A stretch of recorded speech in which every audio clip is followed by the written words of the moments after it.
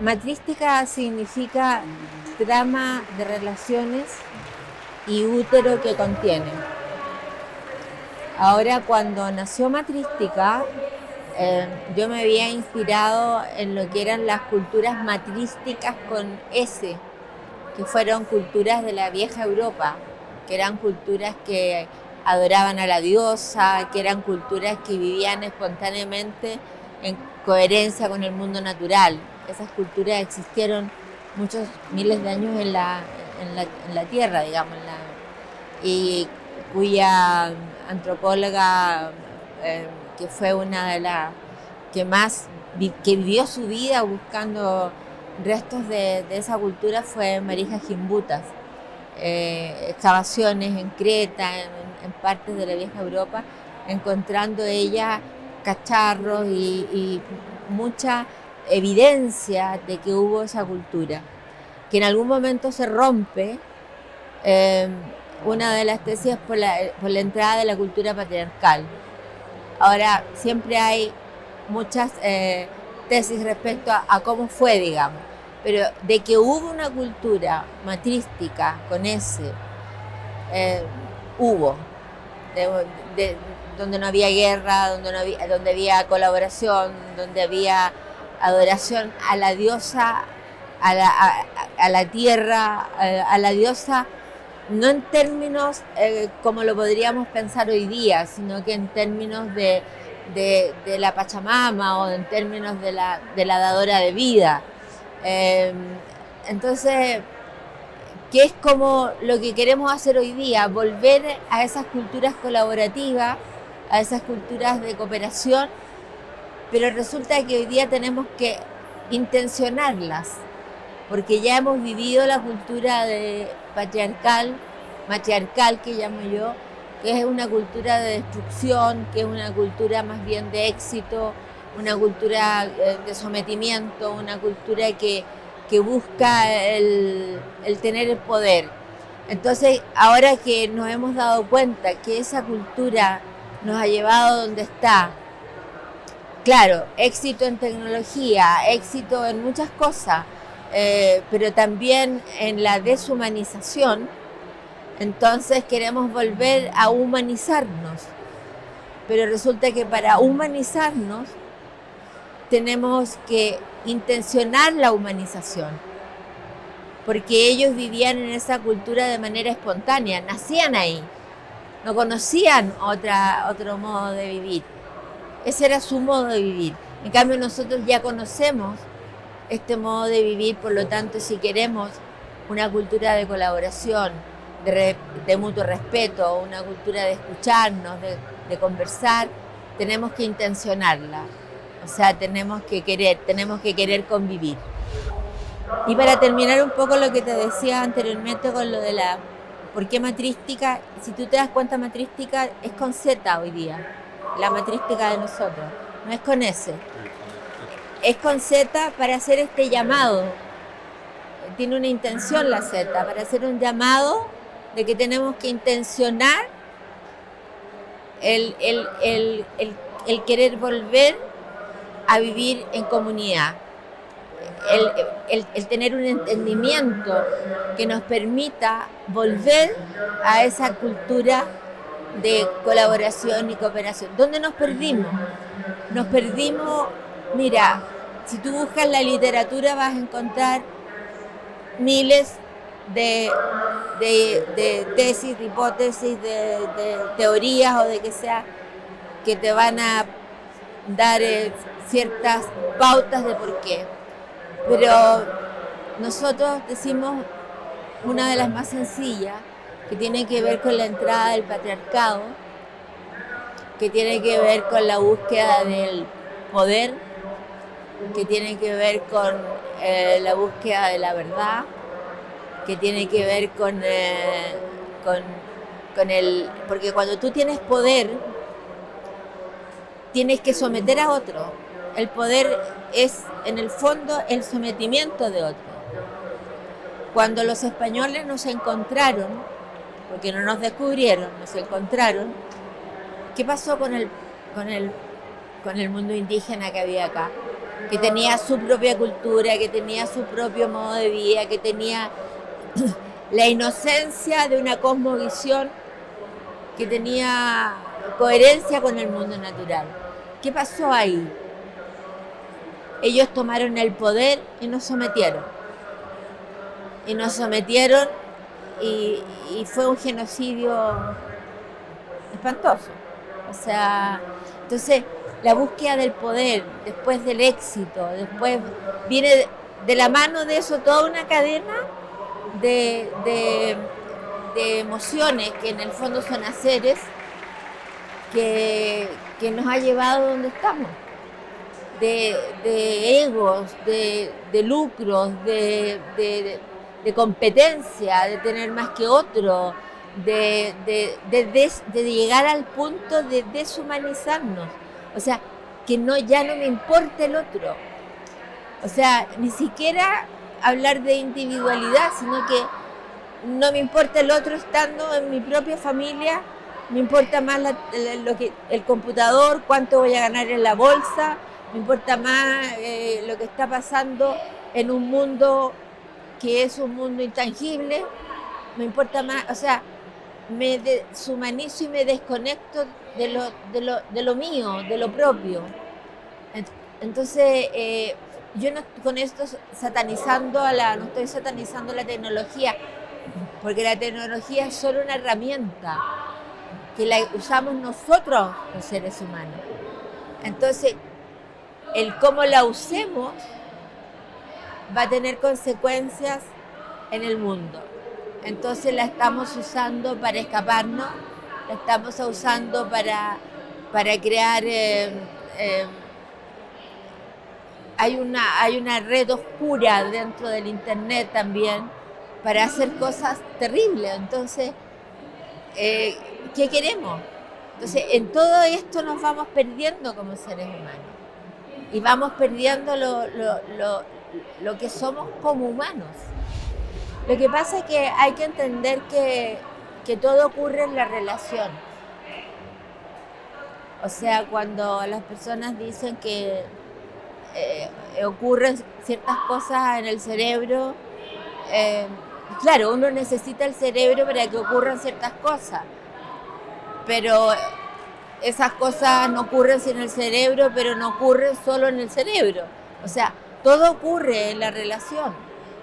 Entonces, ¿y en la relación con quién? Con uno mismo y con el otro.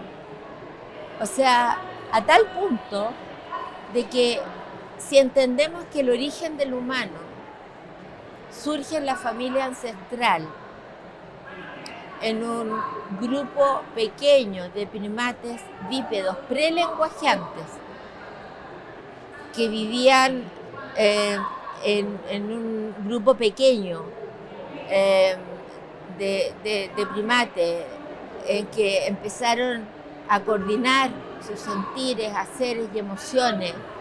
El hombre quizás salía a cazar, la mujer quizás quedaba al cuidado de los enfermos o al cuidado de los niños, y empezó a hacerse una comunidad que después se le puso el nombre de familia. Entonces, empezó primero con esta coordinación de haceres que después se transformó en el conversar, después se transformó en esto de la reflexión y vamos siendo seres humanos en el lenguajear, conversar, reflexionar, pero no es que sea de la noche a la mañana, esto fue en un periodo de la historia larguísimo, digamos. Y como vivimos inmersos en el conversar, nadie se pregunta, bueno, ¿y cuándo empezó eso? ¿Yo nací conversando? Claro, porque nací en un mundo humano, donde la conversación estaba. Pero hubo un momento en que eso no existía.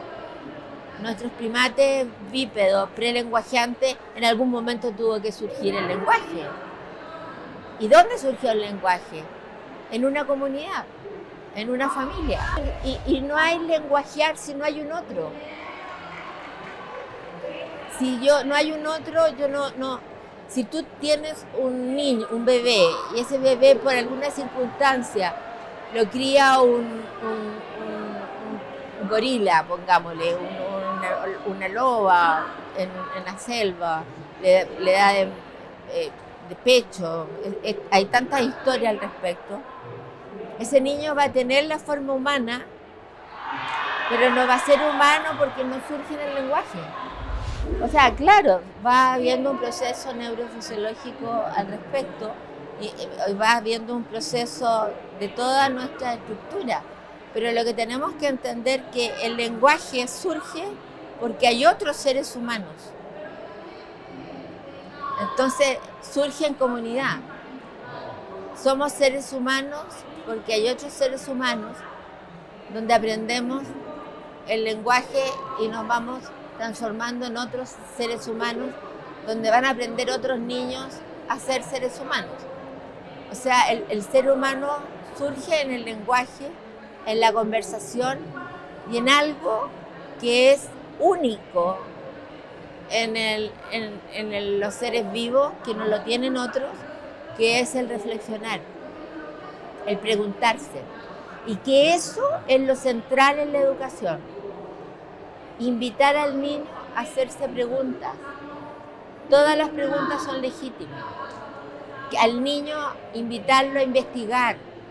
El niño invitarlo a que experiencia. No a entregarle las cosas dadas. No a decir busca en Google. Sino que a que experiencia, a que tenga preguntas. Es nuestro origen. O sea, el lenguaje es fundamental. Ahora, el niño va aprendiendo en la convivencia con otros seres humanos el lenguajear sin darse cuenta, porque se va aprendiendo en los haceres, se va aprendiendo en la relación materno-infantil, paterno-infantil. No porque tú le dices esto es esto y le nombras el objeto, sino porque el niño va aprendiendo de manera consciente o inconsciente hasta que en un momento dice naricita o dice y te dice una palabra y tú quedas sorprendido. ¿Dónde? Porque el niño se está transformando en la convivencia contigo.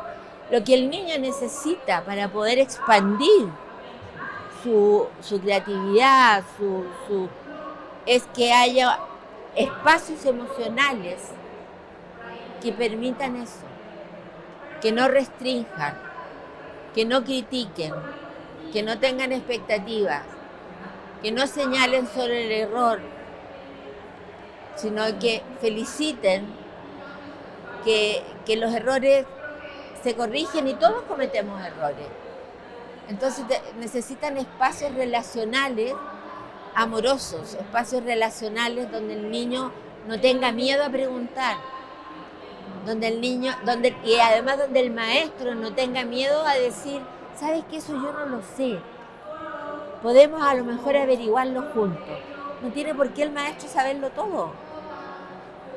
Este maestro sábelo todo, parado arriba de un pupitre arriba, que va a enseñarle a estos pobres que no saben nada. Ahora esta maestra se transforma en un ser humano que investiga con ellos,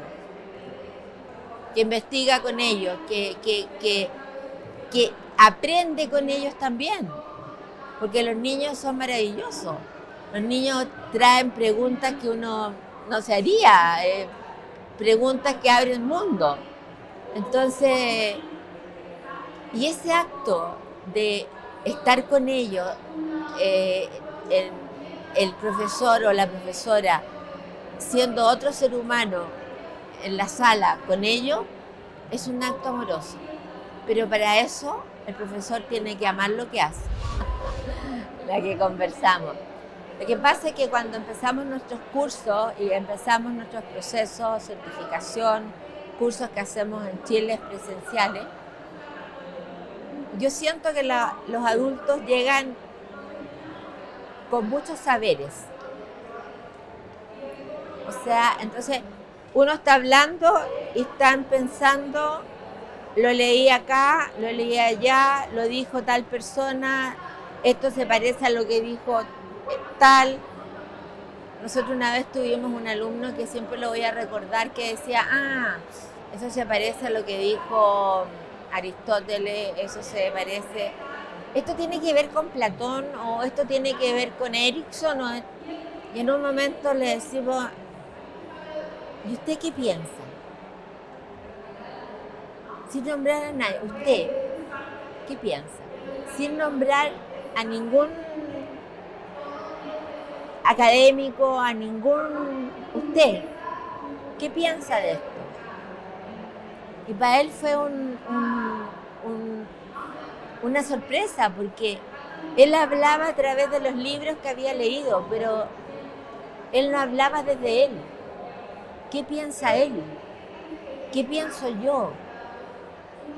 Yo no me puedo ir a sentar con Aristóteles o con Platón o con no sé quién a preguntarle y decirle, no, yo pienso, porque no están. Fueron maravillosos, escribieron filosofía, todo lo que hicieron, pero yo también tengo un pensamiento propio. Yo también puedo decir que estoy de acuerdo o no estoy de acuerdo.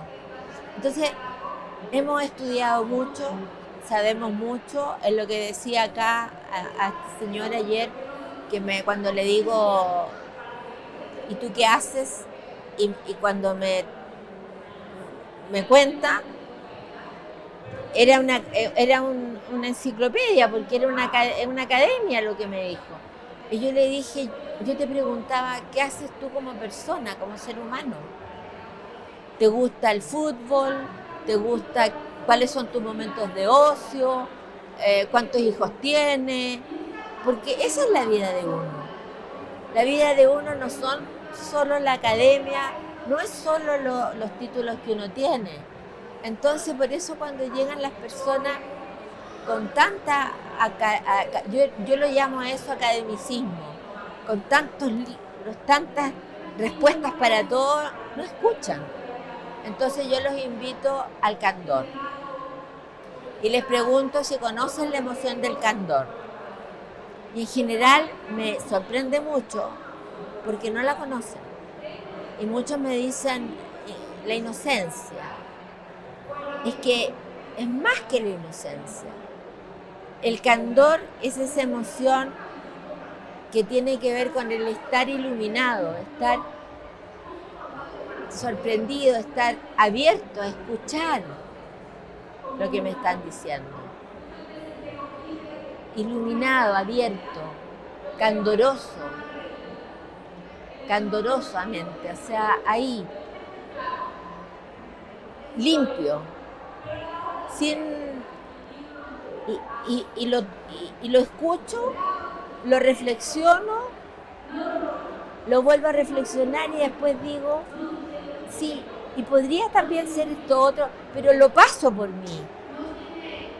Como dice mi hijo, lo habito un rato. No tengo la respuesta mecánica, sino que lo paso un rato. No, aquí la respuesta es mecánica. Entonces no habitamos las preguntas, porque sabemos las respuestas. Entonces el candor era lo que teníamos cuando niño. Cuando uno le preguntó al papá o a la mamá, mamá, ¿cómo es que yo nací, mamá? Y la mamá le contó a uno el cuento de la cigüeña. Nosotros hacemos un sketch con el doctor con eso. Y la mamá le cuenta el cuento de la cigüeña, que sabe leer direcciones, que viene de París. Y uno se va feliz con ese cuento de que me trajo la cigüeña de París. Uno no lo cuestiona. Es el candor. Y uno llega al colegio y le dice a los compañeros, a mí me trajo la cigüeña de París. Y es un pájaro que lee direcciones. Y está feliz, no lo cuestiona. Ese es el candor. Y cuando pasa el tiempo, el niño después dice, ¿sabes, mamá? Pero yo vi a la mamá de un compañero mío que tenía la guatita así. Y yo le pregunté a mi amigo, ¿qué le pasa a tu mamá que está así? Y mi amigo me dijo que tenía a su hermanito adentro. Oye, mamá, ¿cómo es que yo nací? A ver, hijo mío, ya tienes edad, yo te voy a explicar. Y ahí la mamá le explica lo que corresponde a la edad y no es que le haya mentido, sino que le respondió lo que corresponde a la edad. Entonces, el candor es eso de no cuestionar si no lo paso, si no lo reflexiono, si no lo paso por mí. Pero tenemos el vaso tan lleno, que cuesta vaciarlo, porque vaciar el vaso significa soltar la certidumbre. Y a veces nuestra identidad se realiza en las certidumbres que tenemos. Somos lo que sabemos, somos las certidumbres que tenemos. Entonces cuando te dicen suelta la certidumbre, como que te quitan el piso. ¿Y quién soy yo ahora si no tengo estos títulos? O sea, la matrística puede orientar en ese sentido, en lo que yo te contaba ayer, que mi papá me decía, Gimelita, no vale un mar de conocimiento con 1 centímetro de profundidad, más vale un charco más chiquito pero profundo. Cuando uno tiene entendimiento de la clase de seres que somos como seres vivos y humanos, tienes los pilares de un entendimiento que te permite ir diseñando los ambientes donde vamos a ir aprendiendo sin diferencias etarias, sin diferencias de talentos, solamente en el deseo de querer reflexionar. Ahora, el generar comunidad tiene que ver con contestar seriamente una pregunta que nosotros siempre hacemos. ¿Queremos convivir en este espacio o no queremos convivir? Porque si yo hago todo el esfuerzo, yo vi al gobernador que habló con mucha pasión y hace todo el esfuerzo, tienen que ir a cada colegio y preguntar, ¿vamos a querer convivir o no? Porque si en una sala de robótica, suponte tú, están enseñando robótica y entra un niño de 17 y entra uno de 7 años y el de 17 le va a decir, no, tú no, porque tú tienes 7 años aquí. No, puede haber uno de 7, puede haber uno de 8, puede haber uno de 12, que tenga ganas, que tenga talento, que tenga... O sea, la diversidad, o sea, no dividir porque es más chico, porque es más grande, sino que aprender que la diversidad y los talentos no tienen edades. Entonces voy generando espacios donde hay niños de 8 o 9 años que manejan la tecnología, la robótica y todo de manera maravillosa. Como otro en biología, como otro, pero no, dividimos porque según dicen las etapas de desarrollo de los niños, según los estándares ABC, el niño tiene que a cierta edad, y ya vamos cortando ya. Pero si un niño porque tiene 8 años, entiende de robótica, le gusta, es creativo, quiere estar en ese taller, ¿por qué no puede estar? Un niño que quiere entender astronomía o quiere entender biología o sea, puede enseñarle incluso a otro. Entonces vamos generando comunidad cuando vamos diversificando el mundo, cuando no vamos separando por teorías, por ideologías, por métodos, por tecnología, sino que todo lo contrario.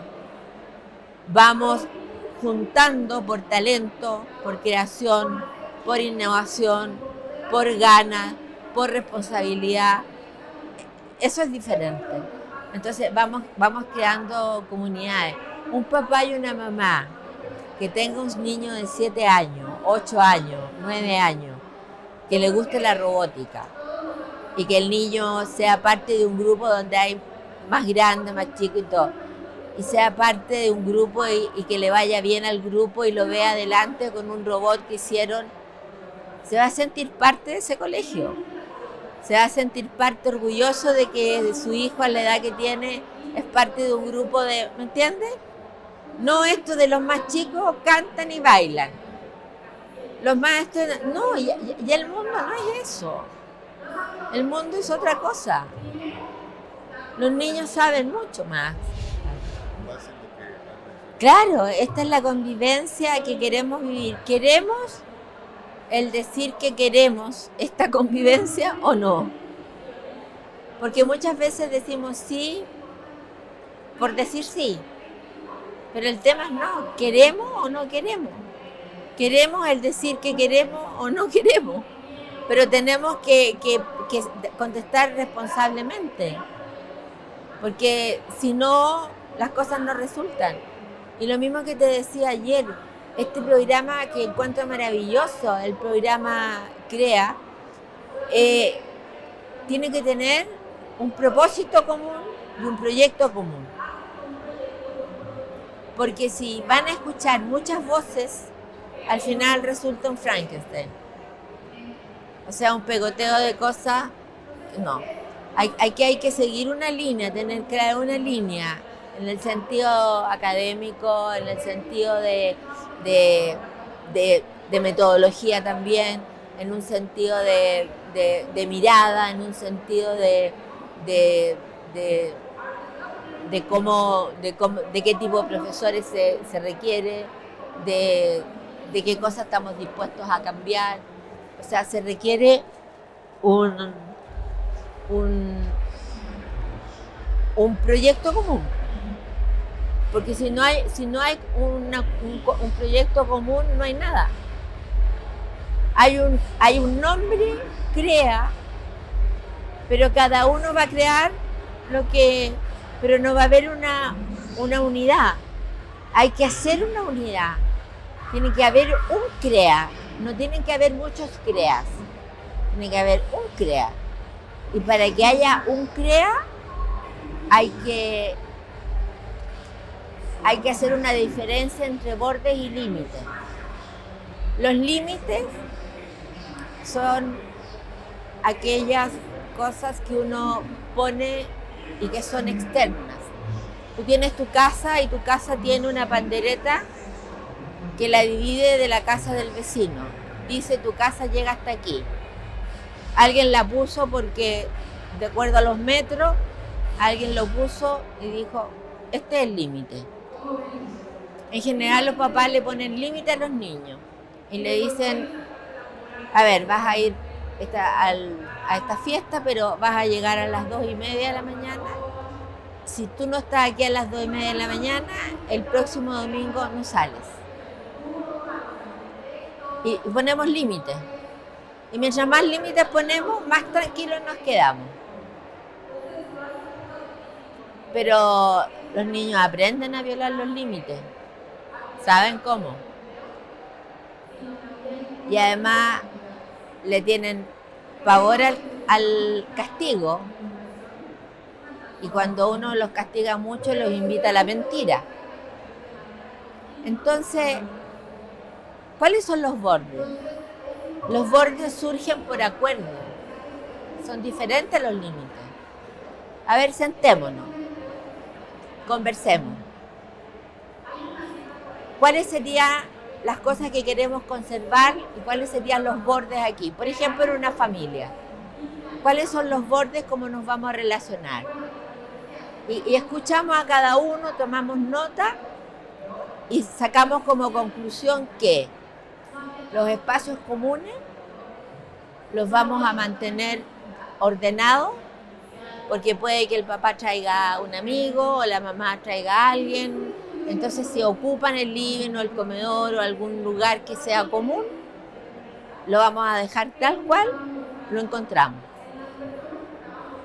Y la mamá y el papá se van a preocupar de no entrar a sus dormitorios para decirle que lo ordenen o que nada. No, ustedes ténganlo como quieran. Y si alguno de nosotros, incluyendo el papá y la mamá, viola alguno de esos acuerdos que hemos hecho, va a tener que lavar los platos en la hora de comida durante una semana.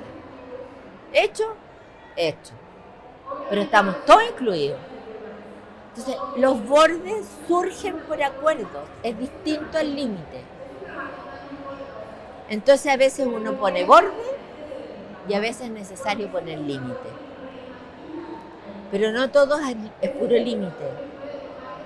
Entonces, lo que tiene que pasar aquí es conversar sobre poner borde. Acordemos cosas, acordemos ciertas materias, acordemos cómo lo vamos a hacer, pero si aquí está escrito, lo acordamos el día 24 a las tantas de la tarde, estaban tantas personas, eso acordamos. ¿Qué pasó? Entonces, si se viola el acuerdo, entonces ahí se pone un límite. No sé si me explico, porque es un proyecto enorme, pero lo que a mí más me gustó de lo que hicimos ayer en Matrística es que cuando los invitamos a que las personas que hubiesen terminado subieran, dijimos primero 5, que los primeros 5, pero empezaron a levantar todas las manos y yo dije, bueno, que suban los que quieran subir. Y subieron, no sé, ¿cuántas personas habrían arriba? 80, 100 personas. ¿Qué te muestra eso? Los organizadores andaban locos porque ¿qué vamos a hacer con esto? Yo soy el terror de los organizadores de eventos. Lo que a mí me interesaba que se viera que las personas quieren conversar, las personas quieren ser escuchadas, las personas tienen cosas que decir. El escenario estaba lleno de personas que querían decir algo. Lo importante no soy yo ahí, lo importante eran ellos. Y eso es maravilloso. Y eso es lo que tiene que pasar en esto de hacer. Por ejemplo, este es un tremendo evento. Ahora, de este tremendo evento hay que sacar eventos más pequeños, orientados a ciertas temáticas para ir soplando la paja para que quede el trigo, para ir ordenando.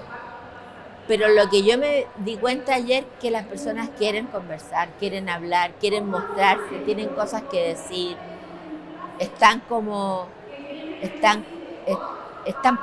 están diciendo yo estoy aquí, yo voy a ayudar, yo quiero estar.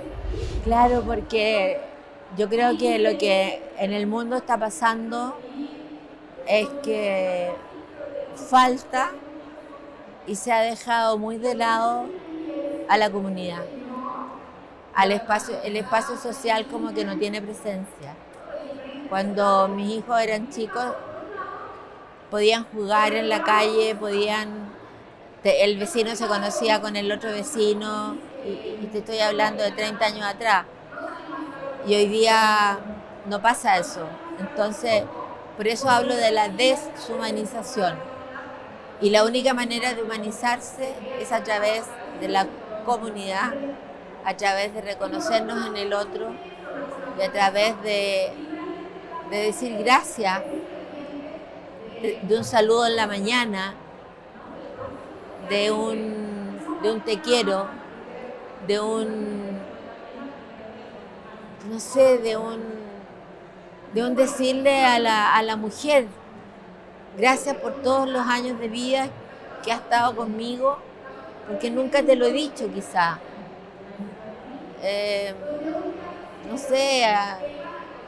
Tantas maneras de dar las gracias y es un modo de reconocer al otro, porque amar es dejar aparecer.